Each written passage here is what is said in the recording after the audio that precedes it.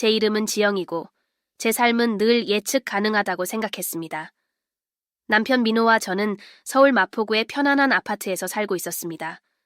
우리의 관계는 안정적이었고 모든 것이 제자리를 잡고 있는 듯 보였습니다. 하지만 가끔씩 우리는 자동 조종 상태로 살아가고 있는 게 아닌가 하는 생각이 들곤 했습니다. 구체적인 불만이 있는 건 아니었지만 왠지 모를 미묘한 불안감이 그림자처럼 제 곁을 맴돌고 있었습니다. 모든 것은 어느 금요일 밤에 시작되었습니다. 제 전화가 울렸고 발신자는 제 가장 친한 친구 소연이었습니다. 그녀는 항상 전염성 있는 에너지를 가지고 있었고 가장 단조로운 날도 예기치 못한 모험으로 바꿔놓는 독특한 재능이 있었습니다. 지영, 내일 저녁에 너랑 민호 계획 있어? 그녀가 들뜬 목소리로 물었습니다. 특별한 건 없어. 왜? 저는 호기심 가득한 목소리로 대답했습니다. 우리 집에 저녁 먹으러 와. 재밌을 거야.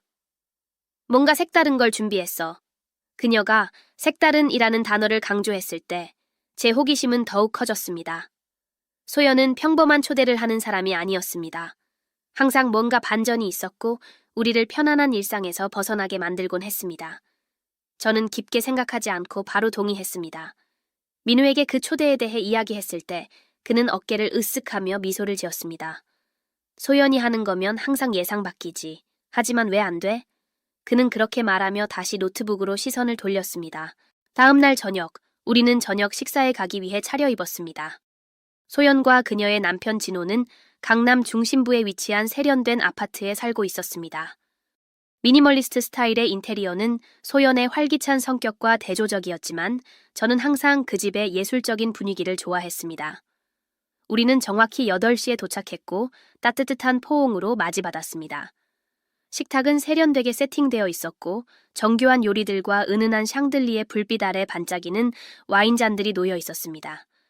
우리 외에도 2 커플이 더 있었습니다. 소연의 지인인 은지와 태현, 그리고 처음 보는 커플인 혜진과 서준. 지영, 이 사람들은 혜진이랑 서준이야. 정말 멋진 사람들이야. 너도 금방 마음에 들 거야. 소연이 저를 한쪽으로 데리고 가서 속삭였습니다. 이 사람들은 정말 자유로운 영혼을 가졌어. 나랑 진호처럼 말이야. 그녀가 무슨 뜻인지 바로 이해하지는 못했지만 고개를 끄덕이며 동의했습니다. 저녁은 일 이야기, 여행, 취미 같은 가벼운 주제로 시작되었습니다. 와인은 계속 흘렀고 분위기는 점점 더 편안해졌습니다. 소연은 늘 훌륭한 주최자였고 모두를 편안하게 만드는 재주가 있었습니다. 저녁 식사가 끝난 후 소연은 밤을 더 활기차게 만들기 위해 게임을 제안했습니다. 그녀는 어른들을 위한 진실 혹은 도전의 일종이라고 했습니다. 그녀의 말에 따르면 이 게임은 커플들 간의 장벽을 허무는 데 도움이 된다고 했습니다. 처음에는 웃음이 나왔습니다. 그녀의 엉뚱한 아이디어 중 하나라고 생각했기 때문입니다. 하지만 놀랍게도 다른 커플들은 흥미를 보였습니다. 질문들은 처음엔 순수했지만 곧 더 개인적이고 친밀한 주제로 발전했습니다. 은지가 웃으며 혜진에게 결혼한 이후 남편 외에 다른 사람과 키스한 적이 있는지 물었습니다. 혜진은 미소를 띠며 대답했는데 그 모습은 방 안의 웃음과 속삭임을 불러일으켰습니다. 농담과 장난은 분위기를 더욱 가볍게 만들었지만 동시에 이름 붙일 수 없는 묘한 에너지를 만들어냈습니다. 제 차례가 되었을 때 소연이 물었습니다. 지영, 너 결혼 생활에서 색다른 걸 시도해보고 싶다고 생각한 적 있어? 모두의 시선이 제게 쏠렸고 민호의 눈빛도 느낄 수 있었습니다. 제 얼굴은 뜨거워졌지만 최대한 평정을 유지하려 애썼습니다. 저는 미소를 지으며 자연스러운 척했습니다. 아마 다들 그런 생각 해본 적 있지 않을까? 방 안은 웃음으로 가득 찼지만 소연의 표정엔 이 질문이 단순한 농담이 아니라는 느낌이 담겨 있었습니다. 그날 밤 늦게 다른 커플들이 소그룹으로 대화하고 있을 때 소연이 조용히 제게 다가왔습니다. 괜찮아? 그녀가 와인 한 잔을 건네며 물었습니다. 저는 고개를 끄덕였지만 말을 꺼내기도 전에 그녀가 말을 이어갔습니다. 너에게 제안할 게 있어. 하지만 네가 마음이 열려 있을 때만. 그녀는 저를 발코니로 데리고 갔습니다. 그곳에서 우리는 다른 사람들로부터 떨어져 대화할 수 있었습니다. 서울의 불빛이 별처럼 반짝이는 도시의 정영은 눈부셨습니다. 바로 그곳에서 소연은 마침내 자신의 생각을 밝혔습니다. 색다른 걸 시도해보는 게 어때? 부부 교환 같은 거. 의무도 없고 판단도 없고 그냥 한 번의 경험을 위해서. 처음에는 그녀가 농담하는 줄 알고 웃었습니다. 하지만 그녀의 눈에서 진지함을 느꼈을 때 그녀가 정말로 진심이라는 것을 깨달았습니다. 저는 말문이 막혔습니다. 그 아이디어는 제 현실에서 너무나도 동떨어져 있어서 어떻게 받아들여야 할지조차 몰랐습니다. 소연은 제가 무슨 생각을 하고 있는지 정확히 알고 있다는 듯 계속 말했습니다. 지금 당장 결정할 필요 없어. 그냥 한번 생각해봐. 나랑 진회겐 정말 해방감 있는 경험이었고 너랑 민호도 의외로 놀랄지도 몰라. 집으로 돌아오는 길에 저는 제 불안감을 숨길 수 없었습니다. 민호는 곧바로 알아차렸습니다. 무슨 일 있어? 그는 도로에서 눈을 떼지 않은 채 물었습니다. 저는 깊이 숨을 들이마신 뒤 대답했습니다. 소연이 예상치 못한 얘기를 했어. 부부 교환을 시도해보자고 제안했어. 차 안은 침묵으로 가득 찼습니다. 순간 그는 충격을 받거나 화를 낼 거라고 생각했습니다. 하지만 놀랍게도 민호는 침착하게 대답했습니다. 너는 어떻게 생각해? 그 질문은 저를 당황하게 했습니다. 더 감정적인 반응을 기대했는데 그는 제 의견에 진심으로 관심이 있는 듯 보였습니다. 저는 몇 초 동안 침묵을 지킨 뒤 대답했습니다. 잘 모르겠어. 미친 소리 같기도 한데 어쩌면 시도해볼 가치가 있을지도 몰라. 당신은? 민호는 어깨를 으쓱하며 생각에 잠긴 표정을 지었습니다. 흥미로운 경험일 수도 있겠지. 하지만 우리 둘 다 원해야 하고 강요가 없는 상태에서만. 그 대화 이후 우리는 며칠 동안 그 아이디어의 장단점에 대해 논의했습니다. 서로가 편안함을 느낄 수 있도록 명확한 규칙을 세웠습니다. 가장 중요한 규칙은 모든 것이 상호 동의와 서로의 한계를 존중하는 가운데 이루어져야 한다는 것이었습니다. 정해진 날 밤 우리는 다시 소연과 진호의 아파트로 돌아갔습니다. 이번에는 분위기가 달랐습니다. 조명이 더 은은했고 음악은 더욱 친밀한 느낌을 자아냈습니다. 모든 커플들이 자리에 있었고 방 안에는 기대감이 가득했습니다. 소연이 첫 잔의 와인을 따르기 시작할 때 저는 심장이 두근거리는 것을 느꼈습니다. 민호는 은근히 제 손을 잡아주며 저를 진정시키려는 듯 했습니다. 그 손길은 계속 나아갈 용기를 주었습니다. 그날 밤은 이전과는 전혀 달랐습니다. 소연과 진호의 아파트는 벽에 춤추는 듯한 부드러운 조명으로 물들어 있었고 방 안의 친밀한 분위기를 더했습니다. 향초의 은은한 향기가 와인의 향과 어우러져 손님들 사이로 자유롭게 퍼져갔습니다. 제 감각은 극도로 예민해져 있었고 긴장감과 흥분이 뒤섞인 이 감정을 어떻게 다뤄야 할지 몰랐습니다. 민호는 차분해 보였지만 제 손을 잡은 그의 손가락에서 약간의 긴장감이 느껴졌습니다. 그것은 우리 둘 사이의 조용한 연결고리 같았고 우리가 함께 이 여정을 헤쳐나가고 있음을 상기시켜주는 신호였습니다. 대화가 점점 더 깊어지면서 시간은 느리게 흘러가는 듯했습니다. 웃음소리는 더 부드러워졌고 시선은 더 오래 머물렀습니다. 그 방에는 부인할 수 없는 매력이 있었습니다. 우리를 낯선 영역으로 이끄는 뭔가가 있었습니다. 소연이 자리에서 일어났을 때 모든 시선이 그녀에게로 향했습니다. 그녀는 자연스럽게 주목을 끄는 재능이 있었고 노력 없이도 분위기를 장악하는 존재감을 가지고 있었습니다. 그녀는 따뜻한 미소를 지으며 그날 밤의 진행 방식에 대해 설명했습니다. 강요는 없었고 그저 탐험해보라는 초대였습니다. 각 커플은 어디까지 갈지 스스로 결정할 수 있었고 판단도 기대도 없었습니다. 그녀는 마치 새로운 세상으로 이어지는 문을 열어주지만 아무도 억지로 들어가게 하지는 않는 듯 보였습니다. 저는 다른 커플들의 반응을 지켜보며 심장이 빠르게 뛰는 것을 느꼈습니다. 혜진과 서준은 이미 이런 상황에 익숙한 것처럼 편안해 보였습니다. 반면 은지와 태연은 호기심 가득한 눈빛을 주고받으며 마치 함께 결정을 내리는 듯한 모습을 보였습니다. 그리고 저와 민호가 있었습니다. 저는 그와 빠르게 눈을 마주치며 어떤 식으로든 확신을 구하려 했습니다. 그는 작은 미소를 지었는데 그 미소는 작지만 깊은 의미를 담고 있었습니다. 괜찮다고 두려워하지 않아도 된다고 말하는 듯 했습니다. 첫 번째 상호작용은 수줍게 시작되었습니다. 개인적인 대화가 시작되면서 초기의 긴장이 점차 깨지기 시작했습니다. 소연은 늘 그렇듯 선두에서 길을 이끌며 민호와 대화를 시작했습니다. 저는 진호와 함께 있었는데 그는 사람들을 편안하게 만드는 놀라운 재능을 가지고 있었습니다. 그는 자신의 여행과 삶의 경험에 대해 이야기하며 점점 제가 긴장을 풀 수 있도록 했습니다. 강요도 불편함도 없었고 그저 색다른 느낌이었습니다. 와인은 계속 흘러들어갔고 분위기는 점점 더 친밀해졌습니다. 저는 이전에는 눈치채지 못했던 세세한 것들을 보기 시작했습니다. 은지가 이야기를 하며 머리카락을 만지는 방식, 혜진의 부드럽게 울려 퍼지는 웃음소리, 서준이 누군가의 말을 들을 때 살짝 고개를 기울이는 모습 등 모든 것이 더욱 돋보였습니다. 마치 모두의 감각이 날카로워진 듯 했습니다. 소연이 다시 다가왔을 때 그녀는 빛나고 있었습니다. 마치 그 순간이 그녀가 신중하게 계획하고 애정을 담아 준비한 축제 같았습니다. 그녀는 저를 그룹에서 멀찍이 데려가 조용히 물었습니다. 괜찮아? 적응해가는 것 같아 보여. 저는 얼굴이 뜨거워지는 것을 느끼며 고개를 끄덕였습니다. 제가 느끼고 있는 것을 어떻게 표현해야 할지 몰랐습니다. 그것은 호기심과 두려움, 그리고 부정할 수 없는 약간의 흥분이 뒤섞인 감정이었습니다. 어떻게 느끼는지 알아가는 중이야. 저는 거의 속삭이듯 대답했습니다.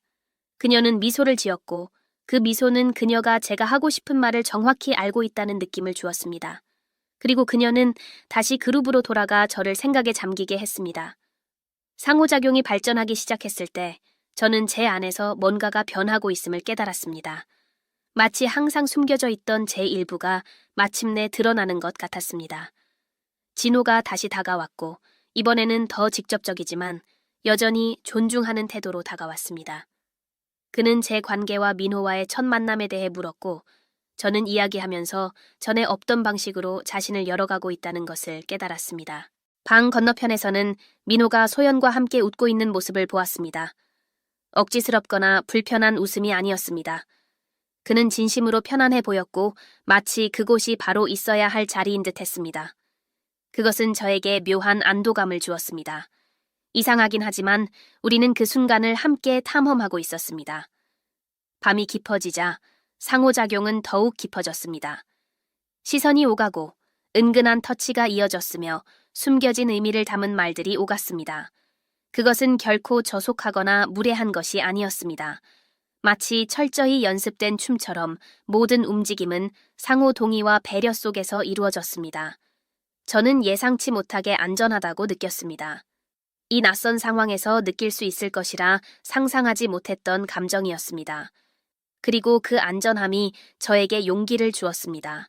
진호가 다음 단계로 나아갈 준비가 되었는지 물었을 때 저는 민호를 바라보았습니다.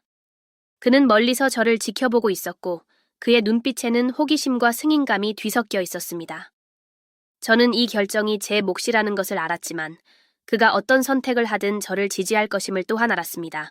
깊은 숨을 들이쉬고 고개를 끄덕였습니다. 그것은 마치 미지의 물속으로 뛰어드는 것 같았지만 제가 넘어지면 잡아줄 사람이 있다는 것을 아는 느낌이었습니다. 그 순간은 섬세하면서도 강렬했습니다. 저는 한 번도 이렇게 생생하게 살아있음을 느껴본 적이 없었습니다. 제 주변의 모든 감각과 디테일이 선명하게 다가왔습니다. 민호 또한 자신의 여정을 겪고 있는 것처럼 보였습니다. 밤이 끝나갈 무렵 우리가 다시 마주했을 때 그의 모습은 이전과 달랐습니다. 마치 우리 관계의 새로운 층이 드러난 것 같았고 이는 되돌릴 수 없는 변화처럼 느껴졌습니다. 우리는 말이 필요 없었습니다. 우리의 시선만으로 모든 것을 말할 수 있었습니다. 밤이 계속되면서 방 안의 분위기는 점점 더 변했습니다. 배경에 흐르던 음악은 이제 거의 들리지 않았고 대신 낮은 웃음소리와 속삭임, 그리고 말로 표현할 수 없는 침묵의 순간들이 자리했습니다. 각 커플은 자신만의 공간 속에서 그 순간이 제공하는 감정과 경계를 탐험하며 나아가고 있었습니다. 저와 진호는 자연스럽게 가까워졌습니다. 마치 평생 이 순간을 준비해온 것처럼 느껴졌습니다. 그는 배려심 많고 존중하는 태도를 보였으며 그의 존재감은 안심이 되었습니다. 대화를 나누던 중 그가 제 팔을 가볍게 스쳤을 때 그 미묘한 터치가 제 온몸에 전율을 일으켰습니다. 그 순간 저는 더 이상 뒤돌아갈 수 없음을 깨달았습니다. 보이지 않는 선을 넘어섰고 놀랍게도 후회는 없었습니다. 방 건너편에서 민호는 소연과 함께 그녀의 말을 들으며 웃고 있었습니다. 그의 시선이 저와 마주쳤고 짧은 순간 동안 우리는 침묵 속에서 메시지를 주고받았습니다. 그의 눈에는 제가 느끼는 것과 같은 긴장감과 수용의 감정이 담겨 있었습니다. 그는 마치 이렇게 말하는 듯 했습니다. 우린 함께야. 어떤 일이 일어나든. 커플들이 작은 그룹으로 나뉘기 시작하면서 분위기는 더욱 친밀해졌습니다. 진호는 저를 더 사적인 공간으로 안내했고 민호는 소연과 함께 방의 다른 쪽으로 향했습니다. 제가 상상했던 것과는 달랐습니다. 질투도 불안도 없었습니다. 오직 호기심과 우리가 우리 자신을 넘어 무언가를 탐험하고 있다는 느낌만 있었습니다. 진호는 다정하고 신중했습니다. 그는 반복해서 제가 편안한지 계속하고 싶은지 물었습니다. 제가 긍정적으로 대답할 때마다 제 안에서는 자유와 자신감이 점점 커져가는 것을 느꼈습니다. 이렇게 비전통적인 무언가를 한다는 생각은 동시에 무섭기도 하고 놀랍도록 해방감을 주기도 했습니다. 마치 수년간의 일상과 기대 속에 묻혀있던 제 자신을 다시 발견하는 기분이었습니다. 그와 동시에 아파트의 다른 한쪽에서는 민호가 소연과 함께 완전히 편안해 보였습니다. 멀리서 그를 지켜보는 것은 초현실적인 경험이었습니다. 처음으로 저는 그를 다른 사람의 시선으로 바라보는 것 같은 느낌을 받았습니다. 그것은 낯설면서도 놀라운 감정이었습니다. 밤이 절정에 달했을 때 아파트는 거의 경건한 침묵 속에 잠겨 있었습니다. 각 커플은 자신만의 경험을 겪었고 공기 중의 에너지는 손에 잡힐 듯 했습니다. 진호는 저를 소파로 다시 데려다 주었고 그곳에서 민호는 이미 앉아 있었습니다. 그는 전에 본 적 없는 표정으로 저를 바라보았습니다. 그것은 소유욕이나 판단의 시선이 아닌 존경과 감탄의 시선이었습니다. 괜찮아? 그가 제 손을 잡으며 물었습니다. 저는 고개를 끄덕이며 미소를 지었습니다. 그것은 진심 어린 미소였고 많은 의미를 담고 있었습니다. 우리는 낯선 영토에 있었지만 함께 있었습니다. 모든 사람들이 작별 인사를 나누기 시작했을 때 공기 중에는 가벼움이 느껴졌습니다. 마치 보이지 않는 무게가 각자에게서 사라진 것 같았습니다. 웃음이 다시 돌아왔고 밤새 이어졌던 긴장은 동료애로 바뀌었습니다. 우리는 소연과 진호의 아파트를 손을 맞잡고 떠났습니다. 설명할 수 없는 새로움의 감정을 안고서. 차 안에서 저와 민호 사이의 침묵은 편안했지만 의미로 가득 차 있었습니다. 그가 마침내 입을 열었을 때 그의 목소리는 부드러웠지만 감정으로 가득 차 있었습니다. 이게 우리에게 정확히 어떤 의미인지 모르겠지만 우리는 예전보다 더 강해진 것 같아. 저는 그의 말에 동의하며 감정의 파도가 저를 휩쓸어가는 것을 느꼈습니다. 그날 밤의 경험은 제가 상상조차 할 수 없었던 일이었지만 동시에 모든 것이 마치 필연적으로 일어난 것 같았습니다. 그것은 단순히 부부 교환의 문제가 아니었습니다. 그것은 정직함, 신뢰, 그리고 우리 관계의 깊이를 탐구하려는 의지를 상징하는 것이었습니다. 그 진정한 영향은 며칠 후에 찾아왔습니다. 저는 우리 사이에 무언가가 변할 것이라고, 불편함이나 불만이 생길 것이라고 예상했습니다. 하지만 놀랍게도 그와는 완전히 반대되는 일이 일어났습니다. 저와 민호는 그 어느 때보다도 더 솔직하게 소통하기 시작했습니다. 우리 관계에는 이전에는 없었던 새로운 수준의 취약함과 친밀함이 생겼습니다. 그리고 그때 예상치 못한 일이 일어났습니다. 며칠 후 소연이 전화를 걸어왔습니다. 지영, 너에게 할 말이 있어. 그녀의 목소리는 낮고 망설임이 가득했습니다. 제 심장은 미친 듯이 뛰기 시작했습니다. 그녀의 목소리에서 뭔가 이상함을 느꼈습니다. 무슨 일이야? 저는 불안을 숨기며 물었습니다. 민호에게 사랑에 빠진 것 같아 주변 세상이 멈춘 것 같았습니다. 저는 무슨 말을 해야 할지 몰랐습니다. 해방적이고 우리를 강하게 만들었던 그날 밤이 이제 새로운 문을 열어버린 듯 했습니다. 그리고 저는 그 문을 통과할 준비가 되어 있지 않았습니다. 그게 무슨 말이야? 제 목소리는 약간 떨리고 있었습니다. 나도 모르겠어. 그녀는 거의 속삭이듯 대답했습니다.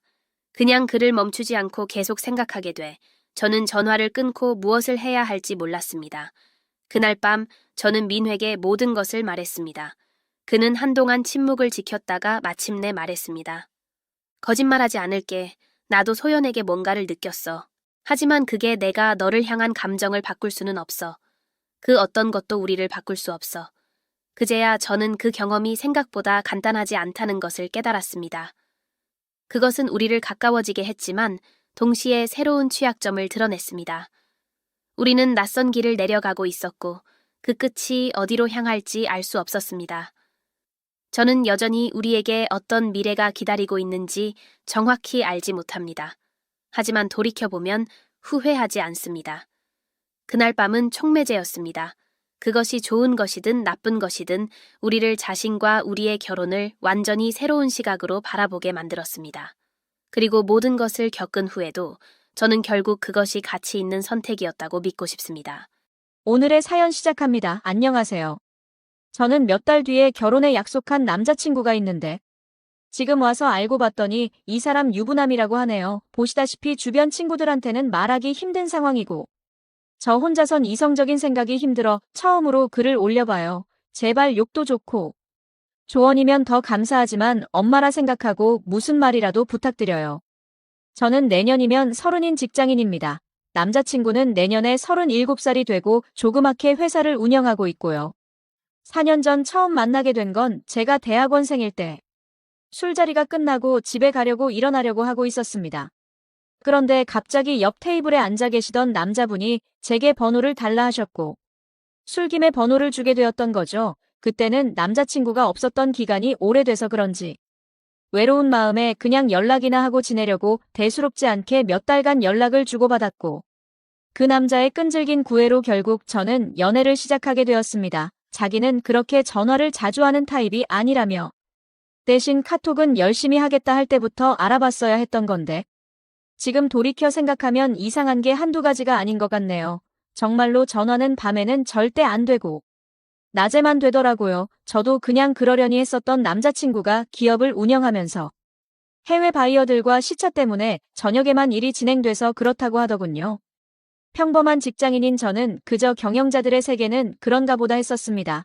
지금 저 말을 쓰는데도 제가 참 바보 같고 한심스러울 따름이네요. 순진했던 건지 아닌 멍청했었던 건지 모르겠지만 그만큼 믿음을 쫓던 남자였기에 더 믿었던 것 같습니다. 아무튼 그럼에도 불구하고 만남을 가지는 기간 동안 길다면 긴 4년이란 시간 동안 거의 싸우지도 않으며 행복하게만 사귀었습니다. 정말 지금 생각하면 엄청나게 서로 사랑했었죠.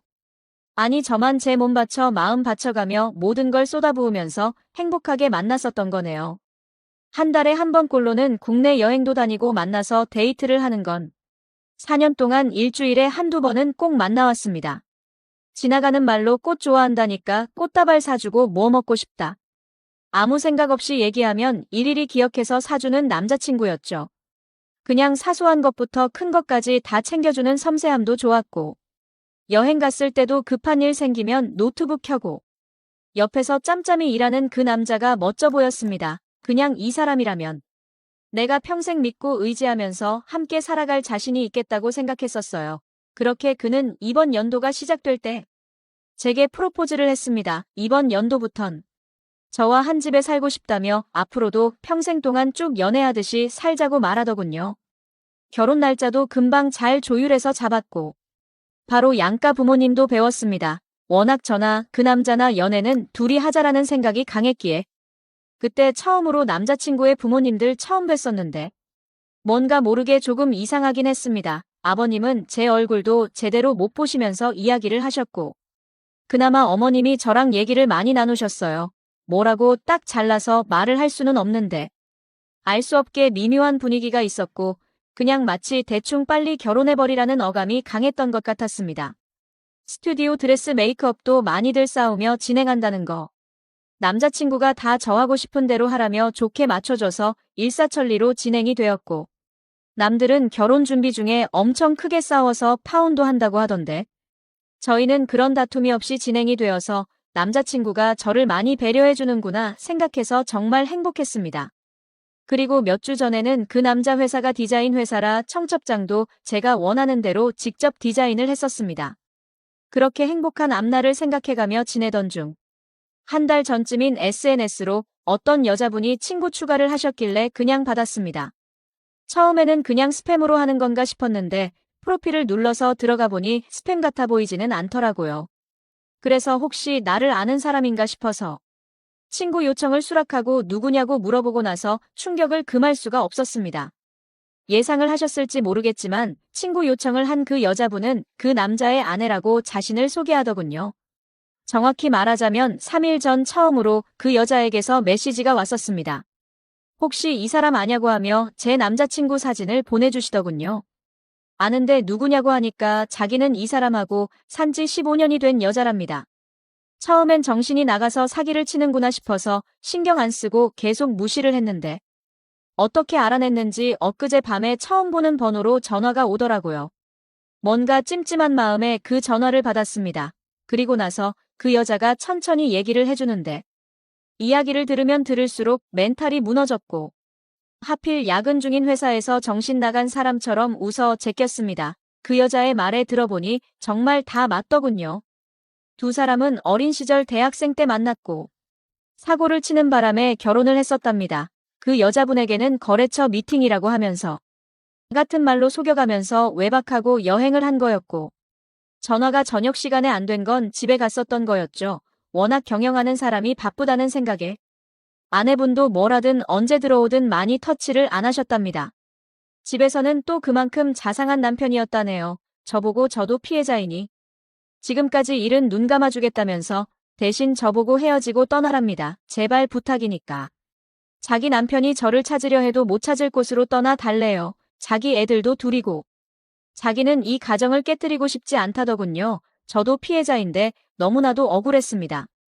제가 그려왔던 행복한 그림도 깨지는 것 같았고 그냥 그 당시에는 억울하다는 생각밖에 안 났던 것 같네요. 전화를 끊고 멍쪄서 도저히 일을 할 수 없어서 곧장 퇴근해서 집으로 갔고 어제 연차를 내고서 그 여자를 만나서 4시간 동안 얘기를 했습니다. 제가 4년을 사귄 것도 결혼이 한 달 남은 것도 다 말씀드렸고 부모님 찾아뵙던 것도 말씀드렸습니다. 이해가 가지 않는 점이 한두 개가 아니었는데 아내분도 서로 첫사랑으로 만나 10몇 년에 잘 살다가 몇 년 전부터 이상한 걸 느끼긴 했었다네요. 아니려니 아니겠거니로. 몇 년간을 참다가 결국 몰래 카톡을 뚫었고 다 알게 된 거랍니다. 애초 그 남자 쪽 부모님은 아내분을 처음 결혼 때부터 탐탁치 않아 하셨고 아예 없는 사람 취급했다네요. 아내분이 바로 앞에 있는데도 그 남자한테 언제 제가 하냐고 맨날 물었답니다.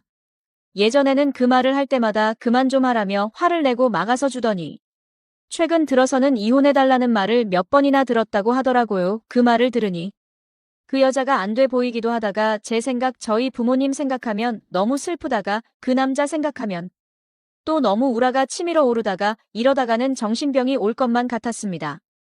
이틀에 밤새며 저와 비슷한 케이스들을 다 뒤졌습니다. 댓글들 보며 증거자료 녹음 짜잘한 캡처까지 하라는 말씀들 새겨듣고 일단 모른 채 하며 모으고 있습니다. 근데 이거 정말 사람 할지 못 되더군요. 어제도 남자친구가 얼굴 보자는 거 얼굴 보면 아내 얼굴과 보지도 못한 애들 얼굴이 겹쳐 보일 것 같아 거절했었습니다. 우선 얘기는 내일 그 남자 만나서 얘기할 생각인데 뭘 어떻게 해야 될지 눈앞이 깜깜하네요. 다 알았다고 파혼하자고 아니 파혼도 아니네요. 이건 그냥 제가 장난감이었던 것 같습니다. 지금 쓰면서도 우느라 정신없는 제가 한심하고 지금까지 무슨 말이 한지 잘 기억도 안 납니다. 이제 다시는 누군가를 믿고 만날 수도 없을 것 같고 남자도 못 사귈 것 같네요. 그냥 사람 자체를 신뢰하지를 못하겠습니다. 저는 도대체 어떻게 해야 하는 걸까요? 이 나이 먹고 죄송하지만 정말 어떻게 해야 할지 모르겠습니다. 오늘의 사연 끝까지 들어주셔서 감사합니다. 구독, 좋아요 눌러주세요.